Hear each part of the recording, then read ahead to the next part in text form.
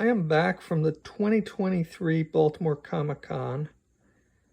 There will be a write-up of the 3 days I spent at the convention, but I wanted to begin with some pictures with a video of the stuff I bought at the convention. Now, actually, this first group of items, this first, I think, dozen comic books, I bought the same week as the week of the convention, but I didn't buy them at the convention. I bought them online through, I believe, through Comic Collector Live. So the first couple things here are Grimjack number 46 and Grimjack number 55. These were the only 2 issues of Grimjack that I was missing from the 83 issue run, something like that, of Grimjack. So I now have a complete set of Grimjack. Now, at the same time I got these, from the same dealer that I got these, I was also able to pick up the remaining issues of Star Slayer that have the Grimjack backup stories in them. So these are where Grimjack first appeared, the first. So these were the issues I was missing. So number 11, number 14, number 15, number 16, and number 17. And so I now have all of the Star Slayer issues. So I have all the Star Slayer issues. I have all the Grimjack issues. I think there's a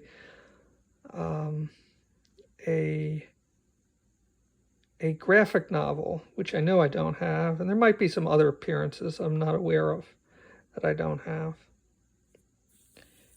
So that's everything that I got from, no wait, no it's not, no it's not, no it's not.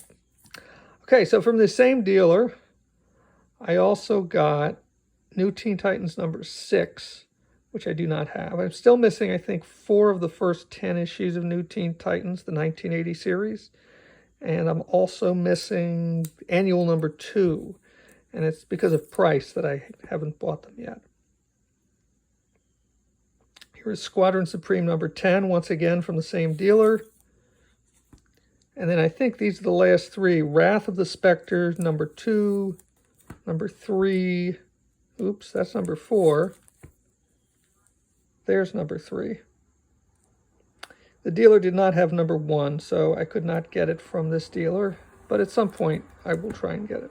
Okay, now this next group of comics. Now here we're actually into comic books that I bought at Baltimore Comic Con. I think I paid $1. No, I didn't pay $1 a piece. I paid between about $2.50 and $3, I think, for all those comics you just saw, which I thought were fair prices, considering the shape they're in. And I have taken them all out of the bag and inspected them. Next up, we have Damage Control. Now, this is one of 2 comics that I got for 50 cents at the Baltimore Comic Con. This comic book, this is from the first Damage Control series. That's what I wanted to say. And this is the only issue from the first series. I actually saw later on, I think, issue 2 from the first series, but I did not. I decided to pass on it. I don't remember now how much it cost me, how much it would have cost me. But this one and this issue of Unknown Soldier both cost me 50 cents each. This is an ash can for Whisper, which is a series that was originally done by, I think, Capital Comics, and then later done by First Comics. I think Capital only did like the first 2 issues. And so they're planning on releasing a new series, and this is drawn by Rick Burchett, who also drew some other comic books that I own, whose work I like very much. And I've actually never read Whisper, so I really need to get around to reading those issues of Whisper that I have at some point. Here's an issue of Moon Knight that I didn't have. I really like this cover by Bill Sienkiewicz. And I only have a couple issues of Moon Knight from this era. I would like to get more of them, but they can be a little pricey. I got this one for $4, as the price tag indicates there.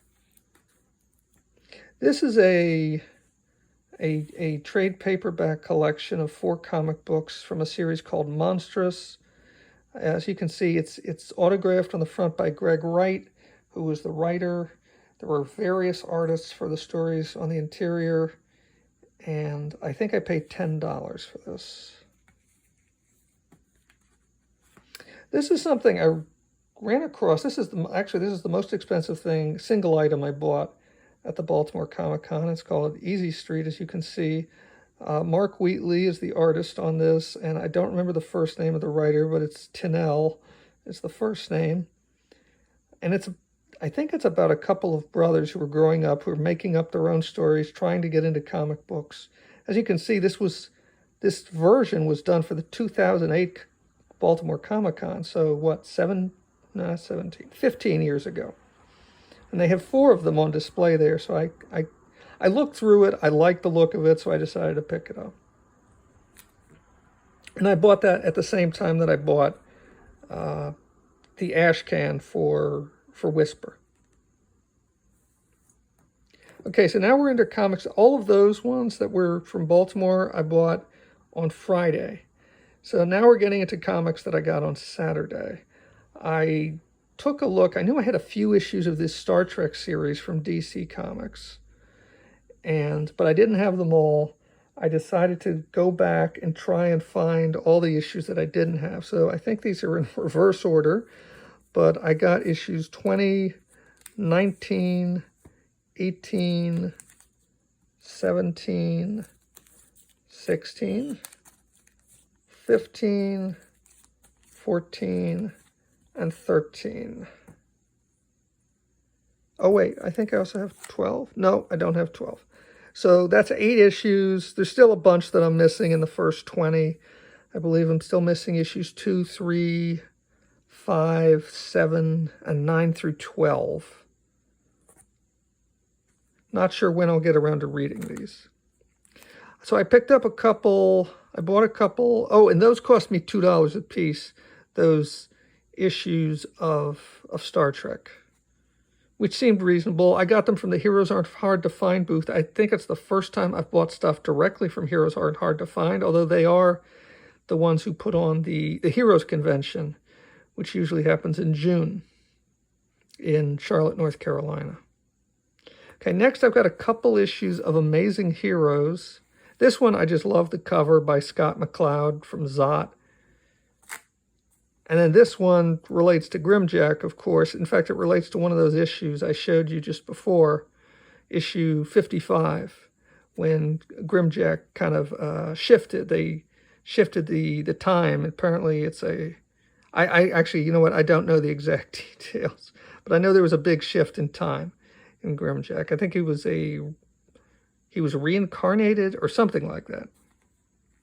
Okay, I couldn't pass up. This was also I also got this from the Heroes Aren't Hard to Find booth. This cover is by Jaime Hernandez. I think it says right there, Jaime. Although he didn't do any of the interior art, but I did love the cover. It's in the interiors are black and white, and as you can see, the title is Renegade Romance. Okay, so there's still some issues of the Legion of Superheroes from 1980 and the Tales of the Legion of Superheroes that I'm missing. This was one of them, issue 320, and also issues 311 and 308. So if you or 306. So if you combine those two series, there are now still 6 issues that I'm missing up until there was overlap in terms of time, but basically up until they started the 1984 Legion of Superheroes series. Another issue from the Squadron Supreme 12-issue limited series. One of these days I'll have them all and I'll read them. I've heard a lot of good things about this series. And here's an issue, Star Wars, number 38, yes. This is drawn by Michael Golden. The writer is Archie Goodwin. This is one I've had on my list for a while. It was $5, which seemed like a reasonable price. Quite often I see it going for $10 or more. It's hard to find at, I'd say, less than $5. So this felt like a very reasonable price, and it's in fine to very fine condition, I would say. I got this from Cryogenic Comics, who I've bought stuff from in the past. Okay, I couldn't pass this up. This is one of my favorite issues of X-Men, my favorite single issue, certainly, of X-Men. I used to have it when I was much younger. It was $5, but considering the condition it's in and when I look online, it seems like a very reasonable price. And then from the same dealer, I also found Annual number 3, another comic book that I used to have way back when. This is drawn by George Perez with inks by Terry Austin. And I remember enjoying this comic book very much, and I'd love to reread it. And this is another one that I think probably goes for a lot more than the $5 I paid for it. It's easy to pay $10 or more for this, maybe even $20 or more for this. But it's a beautifully drawn issue, and it's a pretty good story. And I think this is the first time I'd read a story with Archon in it. Okay, from the same dealer that I got those 2 X-Men comic books, they also had trades for $5 a piece. Everything was $5. So I'd never read this. I don't have it. So I picked this up. It's hardbound, and I couldn't resist it. Archie Goodwin and Howard Chaykin seemed like a good price, $5 for this. Also for $5, Batman, Son of the Demon. Another book that is hard to find at this price, normally. And it's one of those stories. I mean, Batman versus Ra's al Ghul. I mean, I just couldn't pass it. I've never read this. This is one that I've kind of been interested in reading. And so I had to buy it. And for $5, why not? It's a paperback, though, not a hardback. Now, from the same dealer that I got those today, those were my purchases from Saturday, that last group. All of his comics, all of this dealer's comics, were $5 on Saturday. At one point, I went past his table, his booth today, and he had all the comic, everything was marked down to $3 a piece. Well, then I went to a panel, and when I came back, I went back down there, and he was marking everything down to $1 a piece. So I was thinking of getting a couple comic books. I ended up buying 10 more. So these are the last 10 comic books I got this year. So I bought 4 issues of Dazzler. I have Dazzlers 10 and 11, so I bought issues 8 and 9. 9 is the one that I really wanted. I think I had this. I think I remember buying this off the stands when I was a kid, back in 1980, 81, something like that. And then I also bought issues 12 and 13 of Dazzler. Wait a minute. Where is number 13? Well, it's in here somewhere. There's number 12. Let's see. Yeah, I must have gotten some stuff shuffled out of order. Also bought this issue of Little Lulu. This is for my mother, who doesn't really read comic books, but she likes Little Lulu. They had issued, so this is Man-Bat number 2. They had issue number 1, but it was just such a frenzy. I was trying to get away. I was trying to leave the show, so I ended up just picking up number 2. Number 1 actually has art by Steve Ditko. I believe he drew the whole thing. I'm not sure if he wrote it, but he drew the whole thing. And this has, the Jim Aparo does the art on the cover of this, but maybe one day I'll get issue number 1 of Man-Bat. Oh, here's the other issue of Dazzler, number 12. Dazzler versus the Grapplers. I believe the Grapplers also showed up in Project Pegasus. And then here are the last few comics that I got, and these are issues of Uncanny X-Men that I used to have way back when. I have some of them, the classic X-Men Classic, like this one I certainly do.